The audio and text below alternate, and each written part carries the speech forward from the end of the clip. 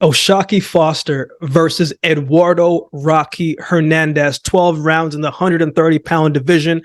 This fight is happening in Mexico. I'm a little surprised that it is happening there, considering that O'Shaquie Foster is the champion and Hernandez is not. But sure, it's a money play. I'm sure the money is going to be good. But nonetheless, this is going to be a great fight, and I'm looking forward to seeing how it does unfold on that night. Let's get into it. Let's start with the champ, O'Shaquie Foster.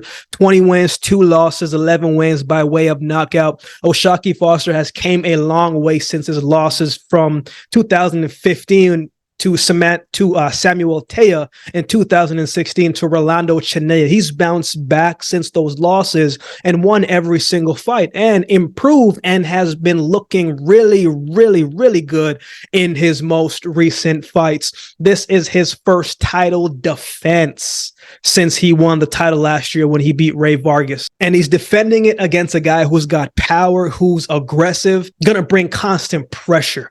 However, Foster is a slick boxer, man, and one of his strengths is that speed, right? I'm trying to think of a guy with a similar power level that O'Shaquie Foster has fought, and the name that kind of comes to mind is Miguel Roman or John Fernandez. Those two I know had a lot of knockouts on their resume that he's fought. Those are guys who have a lot of knockout, but I wouldn't say they have that one-shot knockout type of power like a Rocky Hernandez, right? He's got that lethal power punch that can close and change the show in one shot if it does connect. Foster against Miguel Roman, though, I was expecting him to stay on the outside and focus more on the boxing than the brawling, but that quickly changed as soon as the first round came in. Foster dropped him in the first round, and you kind of got that feeling that he wanted to make a statement, right? Because he was fighting on the inside a lot more than I thought that he was going to be. I was expecting him to be a little bit wary and cautious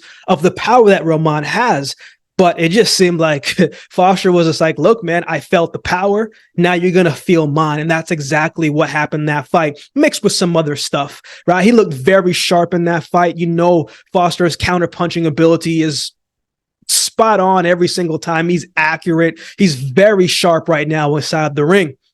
He's a guy where if you miss a shot at him, he's going to make you pay. Even if you connect on a shot, there's a good chance. If you don't have your high guard up, if you're not on the defensive, he is going to fire back and you might get caught. He doesn't always mind.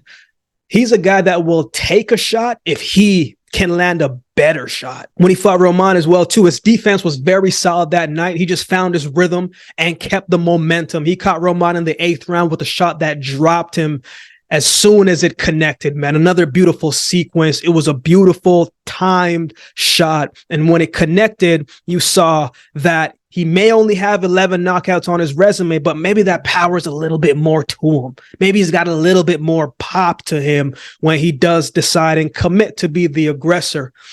Few minutes after he pushed him down in the 8th, stopped him a little bit later. After that, he fought Muhammad Yakov, and it really just showed how good of a counterpuncher Foster is. For every one that he'd take, he'd fire one back. Every time Yakubov missed, he'd fire one back. Even if Yakov hit him, Foster returned fire and made sure that, look, if you are not locked in, dialed in, just know that I'm going to be here to make you pay.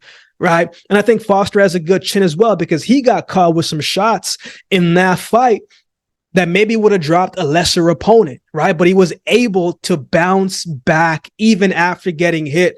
He would either counter with a shot or step back and separate himself, so he had room to work and room to get back into the fight. And what I realized with him too is he does a very good job of rolling with the shot from a defensive standpoint, right? Where he's getting hit and he just rolls a last minute to take a little bit of that steam off. That is an underrated skill. That is an underrated defensive mentality that I think O'Shaquie Foster has implemented into how he works as a defensive fighter. Yakubov looked a little tired as well too, let his guard down. And defensively, man, I think because he was having a hard time keeping up with Foster, he got a little bit frustrated and a little desperate and started swinging wide shots, and that got him countered and that got him dropped. So when it comes to countering, man, this is going to be one of the things that is going to help O'Shaquie Foster against a big puncher like Eduardo Rocky Hernandez. Now, in his last fight, he fought Rey Vargas. Rey Vargas moved up to try to get another belt. You can't knock him for that. Foster dominated that fight the moment that it started. I mean, the speed, the counter, the athleticism, the awareness, the movement. It was just the full package of O'Shaquie Foster was displayed on that night. And you could see that this man is poised and proven and ready for this moment. I think he is right now fighting at his best. I think he's at his peak. I think it is his now for the taking. He's a tough guy to beat once he is on. When he's found his groove, found his rhythm, man, it's going to be tough to knock him off of that. Rey Vargas, a proven champion in the division below, proven champion. Right. And has fought some very good fighters, fought a big puncher in Mark Magsayo, and he won that fight, took Magsayo's shot, and he found a way to take the shot, roll with it, and gain back the momentum. So Rey Vargas, even though it's weight, even though it's another division, Rey Vargas is the real deal, man. He's the full package. And O'Shaquie Foster made it look like easy work.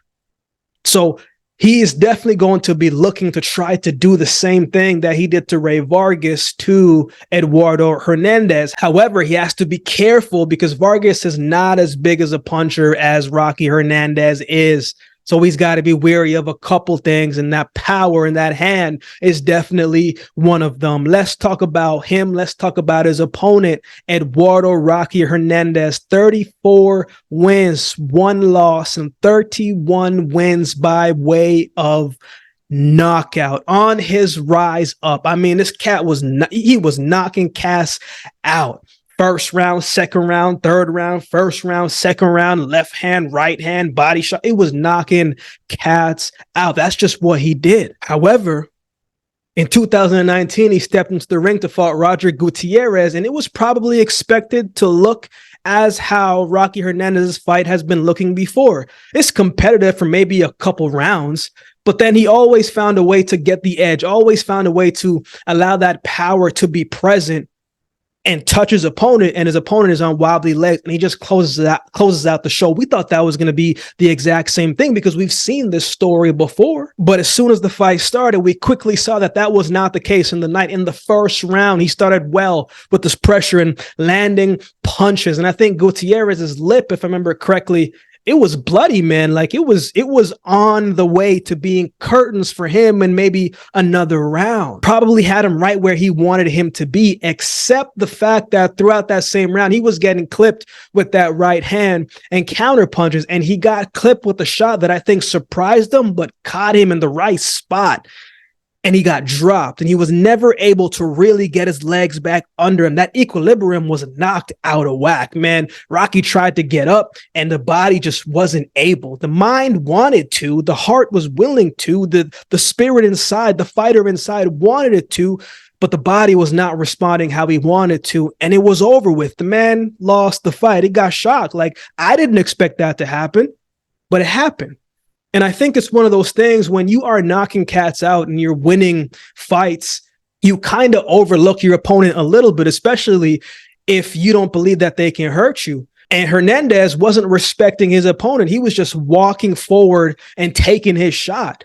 You can't do that. At some point, you are going to get hit with a shot that you may not be ready for. It doesn't matter who your opponent is. Boxing is boxing. Any given shot at the right time, that could be the shot to take you out. And on that night, it was the shot of Gutierrez that took Rocky Hernandez out. And it was a tough loss, but a learning lesson on his way up. After that, he goes back to his winning ways and stopped his next 6 opponents. So the streak is back on the rise again. So you know he's feeling confident all over again. He's feeling good. And you want to see that, right? You want to see how a fighter is going to bounce back in the midst of adversity, especially after a loss. After a loss, you may be better or you may not be better. Your career might go down a different trajectory. And we saw what Rocky Hernandez is made of as he continued his winning ways. Last year, he fought another puncher in Jorge Castaneda. I saw a more composed Hernandez in that fight, a more patient Hernandez on how he comes forward, more calculation on offense, not just walking forward with his chin up, right? Protecting himself a little bit more. And a little bit more anticipation and putting things together from a strategic standpoint. He knows all he needs is one shot to close out the show, but that does not mean you can't set up your shot in such a way so that when you do connect, it counts even more. And that's exactly what happened, man. He caught Castaneda with a shot that wobbled him, stumbled him upon the ropes, and it's hard to escape Hernandez when he's got you wobbly or got you on the ropes, because you know what's coming. You know the hands are going to be let go. You know he's going to let them things fly. And Castaneda wasn't able to withstand that pressure, that power, and it was over in the first round. Against Jorge Mata in his next fight, he was very confident that fight, and he was leaving his mark again very early. He made Mata pay with heavy shots, but I wasn't a fan of his defense, right? He was a little too overconfident and got countered, had his hands down too low, right? He was just doing some things that if he was fighting against a higher level fighter, they would make him pay. If Mata was a faster and more athletic guy, man, he would have been able to really capitalize on those inconsistencies in Rocky Hernandez's game. Offensively, from Hernandez, beautiful stuff. His power is no joke, right? And it can change the momentum instantly, even if he is losing the fight on the cards. In his last fight, he fought Hector Garcia, and that fight was just pure punishment. He unloaded on Garcia so much that it was just, you know, man, sometimes you watch a fighter get beat up, laid out so many times, and you're just like, man, I hope they stop this fight. That's exactly how I felt. I'm like, man, I don't want to see any more of this fight. I don't want to see this man take any more punishment. Quickly as you can, call it, right? Because Rocky Hernandez outmatched him in every single category. But that's the thing, man. When you have that equalizer, it's what makes Deontay Wilder so good, right? He's got that one-shot knockout type of power, and so does this guy right here. Rocky Hernandez can do the same thing. So I'm looking forward to seeing how this one lines up. This one does have upset potential all over it, to me, in my opinion. So who wins? The odds are against O'Shaquie Foster, even though he is the champ. I mean, he's fighting in Hernandez's home country. He's going up against the puncher who just needs one shot, and I think Foster will go down. If Foster tries to bang with him on the inside, it won't be good. I don't think that's a game plan. I don't like that for him in this fight. I don't believe it will be, but you know, sometimes fighters get a little bit risky and they want to show that, look, I know you got the power, but I'm here too. I don't want to see that. I think he needs to start boxing on the outside, right? If he can withstand the pressure that is going to come within the first 6 rounds his way, man, and counterpunch effectively and be smart and strategic, that's going to be a great way for him to really steal the momentum. We don't know what Rocky Hernandez is like going into championship rounds, going into anything past the 6th or the 7th round, right? So he is going to come in and try to close out the show as quickly as he can. So the pressure is going to be heavy and he's going to be trying to get it done. But what is he like going into the greater part of the fight? 7th round, 8th round, 9th round. What's his conditioning like? Is he going to be able to withstand that? Every time you throw heavy shots, it takes a little bit out of you when you miss. And when you're getting countered, if you do miss, which Foster can do and probably will do, it just gets frustrating and it tears and breaks down your will a little bit. So I'm expecting a lot of pressure. I'm expecting the force to be put on Foster in the first 6 rounds. But if he can withstand that pressure and discourage Rocky Hernandez with the speed and the counter and being hard to find and hard to hit, man, it's going to make things a lot interesting. So for me, I have went against O'Shaquie Foster before, and I went against him, and he put on a spectacular performance and made the fight look like easy work. I know the damage that Rocky Hernandez can do with both hands, the power he possesses, the will, the strength. I know what he can do if the shots do connect, but man, I don't think it's going to be as easy for Rocky Hernandez to cut off the ring or to find O'Shaquie Foster or keep up with the speed. If he can get him, if he can withstand that 6th round, I like what he can do going into the later rounds. Might even be able to stop him if it does go there. I like O'Shaquie Foster to win this fight by decision. What are your thoughts on this fight? Who do you have winning this one? Let me know in the comment section below. If you're enjoying the content, enjoying the videos, getting something from it. If you would like to support the channel, there's a couple ways that you can do so. You can like, comment, share, subscribe, share it with a friend, engage in the comment section, engage with the community. Or if you'd like to support by way of donation, my Cash App handle will be on screen. We also got membership tiers. We got 2 different ones. Any support goes towards the growth of this channel will be greatly appreciated. I don't take your generosity and your kindness for granted. I appreciate each of you. Shout out to everybody that continues to like, comment, share, and subscribe to the channel, man. I appreciate each of you. So with all that being said, if you've been watching the video this long, do me a favor and subscribe to the channel, and we'll definitely see you next time.